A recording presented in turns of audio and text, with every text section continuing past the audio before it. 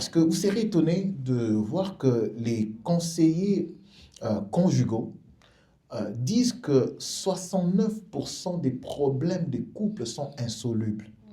Dis avec moi insolubles. Insoluble. Ou en d'autres termes, si vous voulez, c'est des problèmes qui ne vont pas se résoudre.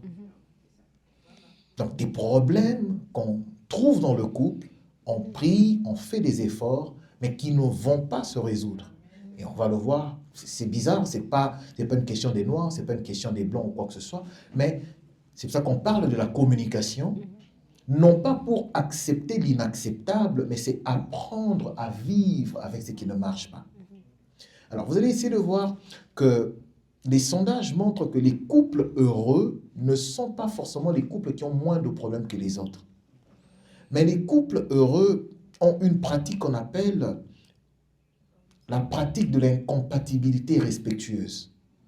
C'est-à-dire qu'on est incompatible, mais j'apprends à m'ajuster par rapport à cette incompatibilité. Il ne parle peut-être pas français comme moi, comme maman l'a dit, un désir démesuré de changer l'autre, ça peut passer pour, je ne vais pas utiliser des mots forts ici. Vous comprenez?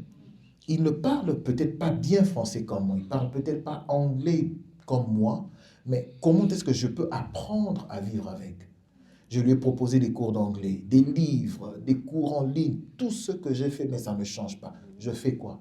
Est-ce que le divorce c'est la meilleure solution? Non. Et je fais quoi au fil des ans? J'apprends à vivre avec. Alors, on a vu que les couples heureux, ce sont les couples qui ne se concentrent pas sur ce qui ne marche pas, mais qui se concentrent, qui choisissent, qui prennent la décision de se concentrer sur ce qui marche.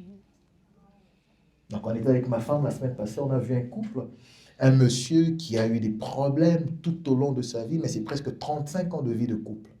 Mais le monsieur était quelque part, il dansait, il était heureux, il était joyeux, il était plus content que nous tous qui étions là.